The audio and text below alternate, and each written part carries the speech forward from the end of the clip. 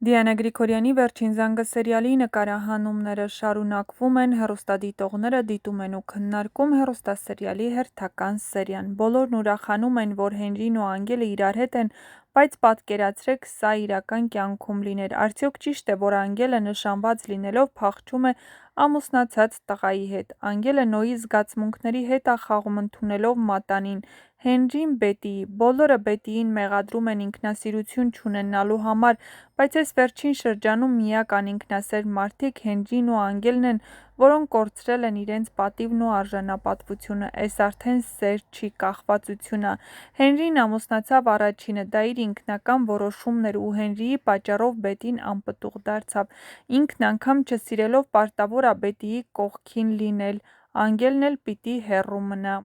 Թե չէր ուզում ուրիշին սիրեր, չգնար Նոյի հետ ժամադրությունների, առավել ևս մատանի չընդուներ։ Իրենք իրենց սիրո համար խաղում են ուրիշի զգացմունքների հետ, դժբախտացնում ուրիշներին, արդյունքում բոլորն ուրախանում են, որ միավորվել են։ Եթե պատմությունը Բետիի տեսանկյունից գրված լիներ, նույնը կգրեիք։ Գրեք ձեր կարծիքները։